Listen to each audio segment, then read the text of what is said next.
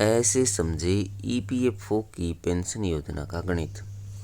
निजी क्षेत्र में नौकरी करने वालों के लिए भी रिटायरमेंट के बाद बड़ी पेंशन का रास्ता खुल गया है। पेंशन की गणना के लिए अधिकतम 15,000 रुपये बेसिक की सीमा को हटा लिया गया है।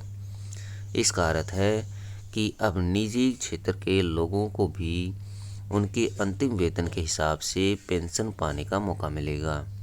हालांकि जब से इस संबंध में निर्णय आया है, तब से लोगों के बीच यह सवाल है कि पेंशन की नई व्यवस्था से असल में उन पर क्या और कैसा प्रभाव पड़ेगा।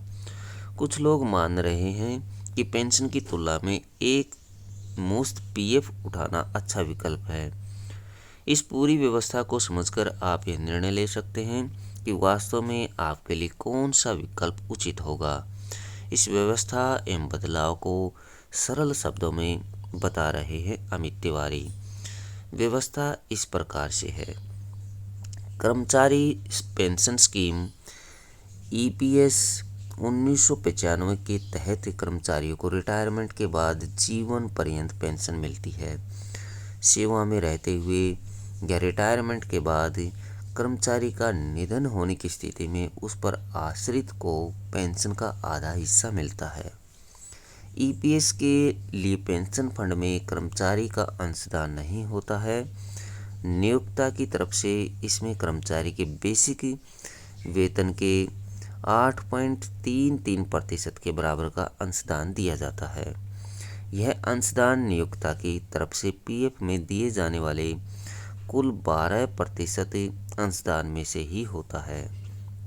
पेंशन गणना के लिए अधिकतम 15,000 रुपये के अधिकतम बेसिक वेतन की सीमा तय होने के कारण इससे अधिक बेसिक वेतन वाले कर्मचारी के पेंशन फंड में मात्र 1250 रुपये ही प्रति माह जाते हैं।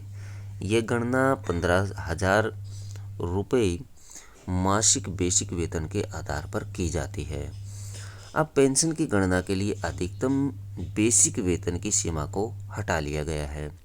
इसका अर्थ है कि अब कर्मचारियों का जो भी वेतन होगा उसके 8.33% के बराबर का नियोक्ता का अंशदान पेंशन फंड में जाएगा।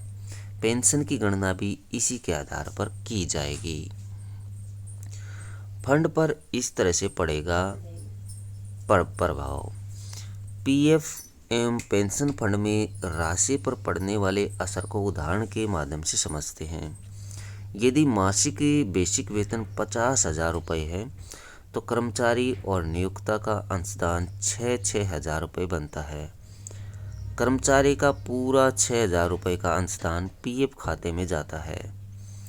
नियोक्ता के 6,000 रुपये में से 1,250 रुपये पेंशन फंड में जाते हैं।